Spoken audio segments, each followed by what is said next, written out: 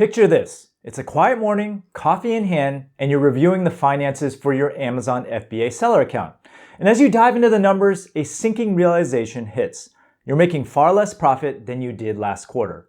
Now, this isn't a glitch. It's the new reality for thousands of FBA sellers caught in the crossfire of the US-China trade war. My name is Steve Chu, and I've been selling on Amazon and my own online store over at bumblebeelinens.com for over 17 years now. And today, we're diving deep into how Trump's tariff policies will reshape the landscape for Amazon sellers like you and me. From small-time sellers to seven-figure businesses, no one is immune to these changes. But here's the thing. While many sellers are panicking, some savvy entrepreneurs are actually using these shifts to their advantage. And today, I'm going to show you exactly what they're doing. We'll break down the tariff structure, explore the hidden opportunities most sellers are missing, and walk through specific strategies to not just survive, but thrive in this new environment. If you're worried about your FBA business's future, or simply want to stay ahead of the curve, this might be the most important video you'll watch this year. Let's start with the policies that Donald Trump has outlined for his second term as president. Trump has said that he will impose a 10% global tariff on every product no matter where it's coming from, and a whopping 60% tariff on anything coming from China. Now, a 60% tariff sounds pretty extreme, and consider this. Over 70% of the products sold by wholesalers and retailers on Amazon.com today are manufactured in China. Now, you might assume that a 60% tariff would push Amazon FBA sellers to raise their prices in the US by an equivalent 60% to cover the cost. However, it's not that simple. Fortunately, we can look back at Trump's previous administration for insights into how such policies might play out. Now, for starters, Michael Feroli, JP Morgan's chief US economist, suggests that the likelihood of a 10% across-the-board tariff in 2025 is relatively low, let alone a blanket 60% tariff on all Chinese products. It's probably not going to happen. Second of all, Michael Feroli also stated that a 60% tariff on China could raise the price level only by a bit over 1%, assuming tariffs are fully passed on through to consumers. And in practice, the effect could be even smaller if higher tariffs are absorbed into business margins or if there's a substitution away from China towards other suppliers. Now, if you believe Michael Feroli, a 1% increase in prices doesn't sound like much at all. Now, personally, I think the actual price hike will exceed 1%, but let me explain why I think Michael's estimate is reasonably accurate based on my own experiences with the last round of Trump's tariffs. I've been selling on Amazon since 2014 and my own online store since 2007 over at bumblebeelinens.com. And even though we source from Switzerland, the US, Italy, Germany, India, in addition to China, most of our products do in fact come from China. Now, during Trump's previous administration, he initially promised a sweeping 45% global tariff on Chinese goods, but that's not how things played out. Instead, the tariffs were implemented in stages ranging from 7.5% to 25% depending on the product category. For example, many of our products were subject to only the 7.5% tariff.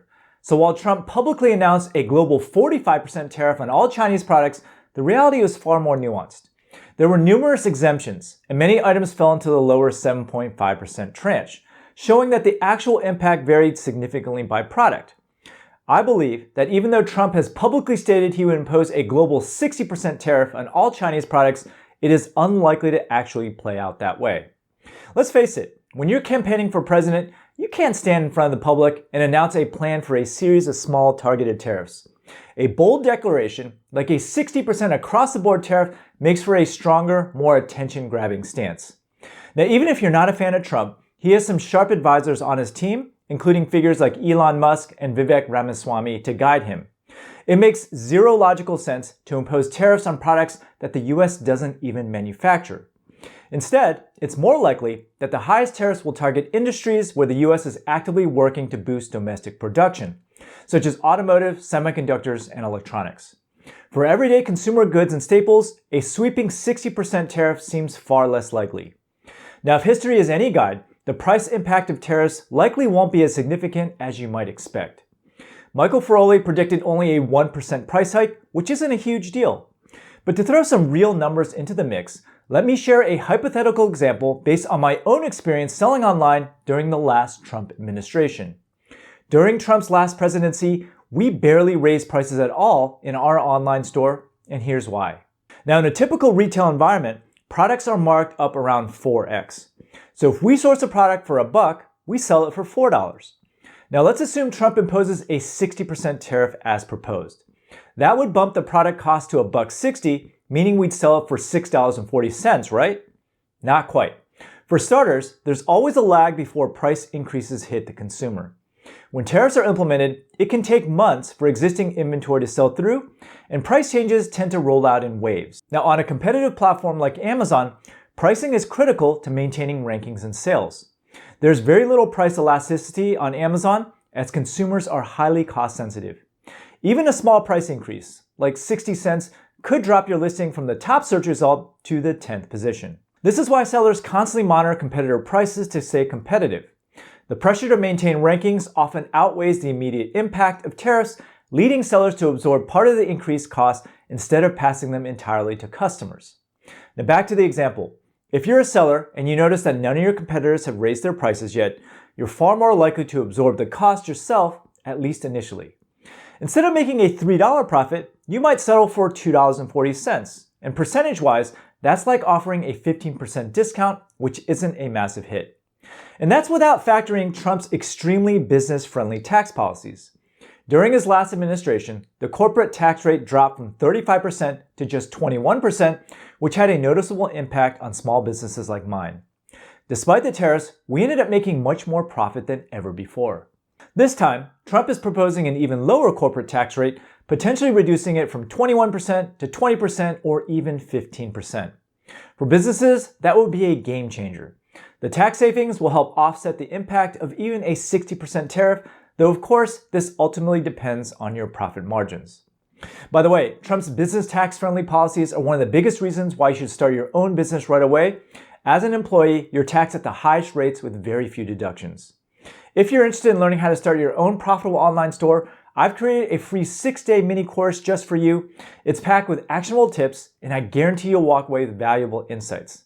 Sign up below, it's completely free. Now let's say you don't want to pay the high tariffs on Chinese goods. One alternative is to source products from other countries such as Mexico, India, or Southeast Asia. While that sounds promising in theory, in practice, it's incredibly challenging, at least right now. First, there's the issue of cost. China is significantly cheaper than many other countries, including the US and Mexico. Now, in my previous video, I mentioned that labor costs in China are about 4 times lower than the US. Even with a 60% tariff, it's often still cheaper to manufacture in China than elsewhere. Another major hurdle is China's unmatched vertical integration. China has suppliers for virtually every component needed to manufacture complex products, all within close proximity. Most products aren't just single-piece items. They're composed of many components that need to be sourced, assembled, and integrated. Take the iPhone, for example. It's not as simple as deciding to manufacture it in the US. You'd still need chips from TSMC in Taiwan, RAM from Korea, and various PCB components from China. It's a supply chain that is deeply interwoven, and replicating that infrastructure elsewhere is not easy. Even if you find a supplier in Mexico or India, there's a good chance that they're still sourcing many components from China. We learned this the hard way when we sourced intricate lace handkerchiefs from Italy, only to find out later that the materials originally came from China. We were essentially paying a markup for the same Chinese goods. Now, in the long term, if demand increases, other developing countries may begin to build the necessary infrastructure to compete with China. However, that's not going to happen overnight or even within a single Trump administration. It's going to take years, likely decades, for countries like Mexico and India to catch up to China's manufacturing ecosystem. Now, from running my business, I've also discovered that many Chinese-owned factories have already set up operations in Mexico where tariffs are currently non-existent. Chinese manufacturers are always finding new ways to bypass tariffs altogether. I've been selling online and sourcing from China for 17 years, and I don't expect tariffs to have as dramatic as an impact as the media suggests. Lower income tax rates will likely offset much of the tariff increases, and there will undoubtedly be loopholes such as Chinese suppliers shifting production to countries like Vietnam or Mexico. As a small business owner, you also have the flexibility to adjust your prices to account for the tariff costs as well. And it's important to note that prices won't increase by 60%, as there's not a direct one-to-one correlation between tariffs and selling prices due to the retail markups. Even if you pass the entire 60% tariff onto the consumer, the final price would only increase by about 15%, And for most products, that is a manageable increase. And remember, these tariffs affect everyone across the board, not just your small business. Now, as an Amazon FBA seller, what should you do right now? If you're worried about the tariffs, you should place your orders now as quickly as possible before the Trump administration takes effect in late January and get your products in as soon as possible. Most likely, other e-commerce entrepreneurs are thinking the same thing, which means the cost of freight will likely be higher in the near term. But in the long run, everything will likely even out. There will be inflation, but not nearly as high as the doomsday media is making it out to be. Bottom line, the tariffs give the US some negotiation leverage. We've allowed countries like China to have the advantage for a long time now, and I believe these tariffs will help level the playing field. Meanwhile, Amazon is already under heavy scrutiny for its monopolistic practices. Under the Biden administration, the FTC opened up an investigation on Amazon and ultimately sued them in 2023 for illegally maintaining its monopoly. We all know that Jeff Bezos and Trump don't exactly get along, and Trump has been very vocal about how the Washington Post unfairly targets him. Trump has also gone on record many times as describing Amazon as having a monopoly, and it's highly likely that the FTC investigation into Amazon will continue forward as planned. As a result, Amazon will likely be on its best behavior going forward. They already announced that there would be no fee changes for 2025, which is finally some great news for sellers. Overall, I see the Trump presidency as being a net neutral for Amazon FBA and other e-commerce businesses. Now that you understand the effects on Amazon FBA sellers, make sure you watch this video here for a broader overview of the US trade war and the role of tariffs on the economy.